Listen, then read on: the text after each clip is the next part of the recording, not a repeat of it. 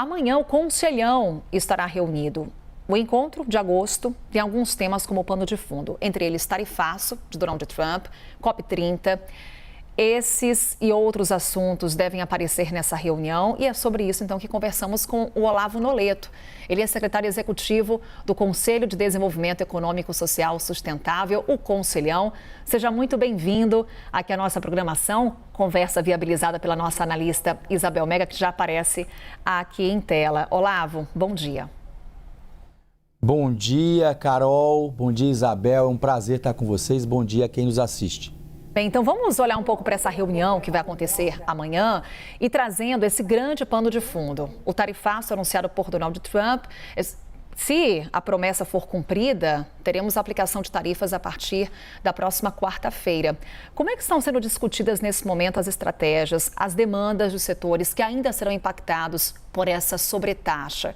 Com qual cenário o Conselhão trabalha? Qual tem sido essa estratégia de aproximação junto ao empresariado? Carol, primeiro, importante dizer que o presidente Lula, desde o primeiro minuto, chamou o vice-presidente Alckmin, chamou um núcleo de ministros e discute diariamente essa questão do tarifaço.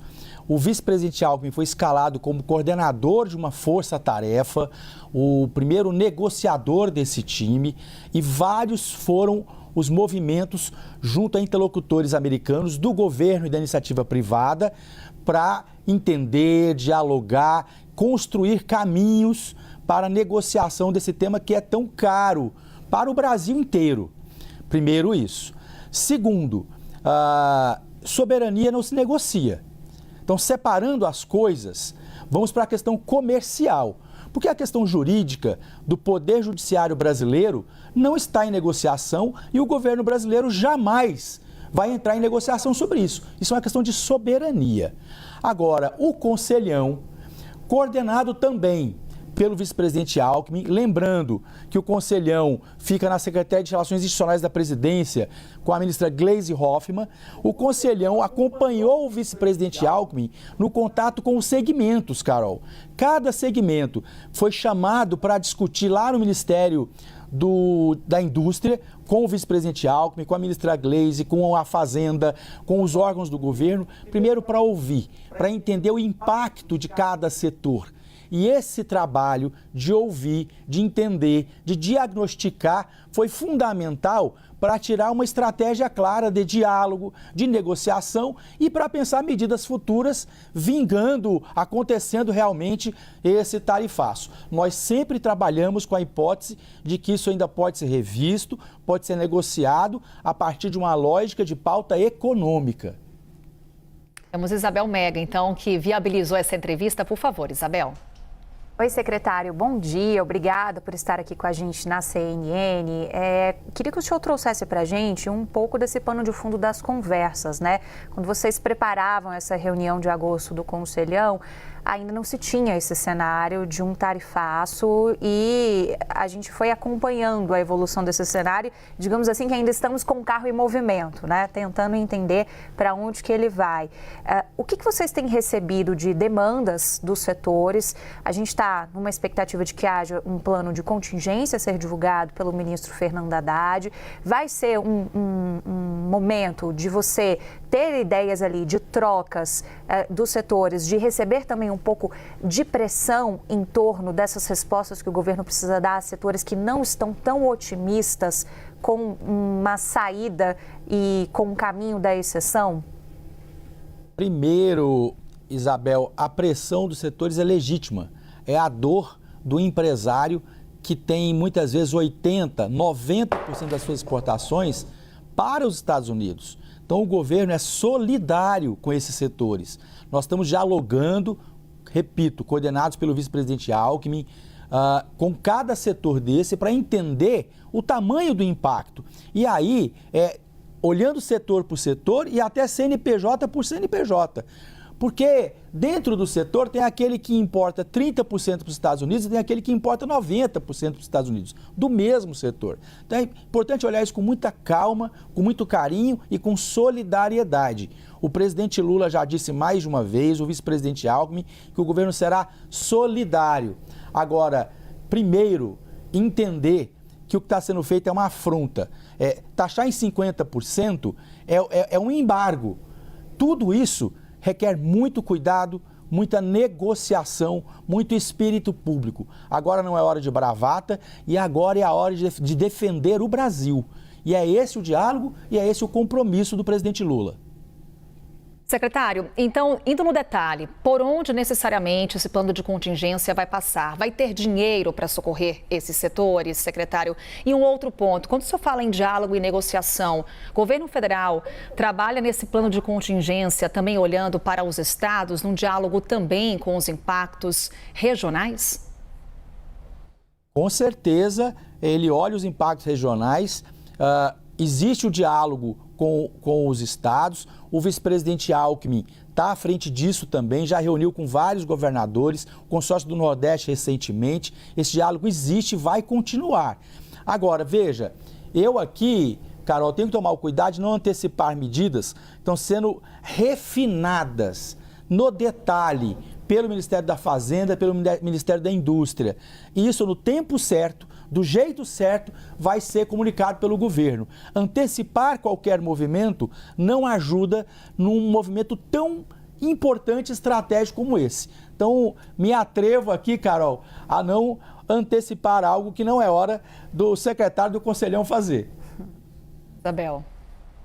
Secretário, vocês vão ouvir bastante também nessa edição do Conselhão, né? Nessas conversas que se anteciparam aos preparativos dessa reunião, já deu para sentir um pouco daquilo que vai ser levado por esses empresários como demandas ao governo, considerando também, claro, este pano de fundo que é a notícia do momento, a preocupação do momento, que é a questão do tarifaço? Então, a primeira palavra dos empresários para o governo, nas reuniões que nós participamos, era a importância da negociação. Quando eles falavam isso, e é legítimo, preocupados se o governo ia escalar as bravatas do Trump, se o governo ia ficar respondendo a cada bravata, se o governo ia fazer a reciprocidade no oi crua, aumentou 50% de cá, aumentaria 50% de lá. E a palavra do vice-presidente Alckmin naquele momento, do presidente Lula em todos os momentos, foi de muito cuidado. Então, está sendo estudado como interagir com isso. Que cirurgia vai ser feita? Esse não é um tema que você sai respondendo com bravata. Esse é um tema de negociação internacional. Nós temos um Itamaraty fortíssimo, com muita experiência, que está tratando com os negociadores americanos com muito cuidado. E é essa a palavra do governo brasileiro. Sabe por quê? Porque a bravata agora só importa para quem quer fazer a guerra política. Nós precisamos defender os empregos no Brasil. Precisamos defender as empresas brasileiras e os empregos no Brasil. Então é fundamental esse cuidado e é isso que o governo brasileiro está fazendo. Secretário, tem um ponto também que eu queria trazer para a nossa conversa, que é a COP30. A gente foi tomado aí por um debate em torno da realização do evento, tomados aí por pressões internacionais. Quais são os riscos da realização da conferência aqui no Brasil em novembro, em Belém, no Pará? Há riscos? Não, nós vamos fazer a maior COP30 de todos os tempos, na minha opinião. O presidente Lula, assim como ele fez no G20, com o G20 social, ele incentivou a participação da sociedade civil na COP30. O Brasil exerce uma liderança mundial no tema da mudança climática. Então, a questão logística é normal, porque está sendo feita na Amazônia, mas tanto o governador Helder como o governo federal estão empenhados em construir as melhores condições. Nós temos certeza que será uma grande COP. Essa questão logística, a Casa Civil coordena o governo nesse tema, com os ministérios finalísticos, com o MRE. Temos certeza que isso logo vai ser dirimido. Mas eu repito, será uma grande COP e nós precisamos nos preocupar com os compromissos globais. E essa é a chamada do presidente Lula. O que cada país se compromete e, principalmente, muitos países se comprometeram, mas ainda não estão cumprindo aquilo que se comprometeram. E nós precisamos chamar o mundo à responsabilidade. A questão da mudança climática é muito séria. Nós vimos o caso do Rio Grande do Sul, das enchentes do Rio Grande do Sul, comprovando isso. Isso não vai parar. Então, ou os líderes mundiais chamam para si a responsabilidade e, de verdade, assumem compromissos efetivos com essa questão climática, ou só vai piorar. Esse é o chamado do presidente Lula e o Conselhão tem um longo debate previsto para isso, inclusive agora, 19 e 20 de agosto, Carol, nós vamos reunir com a comunidade científica da Amazônia.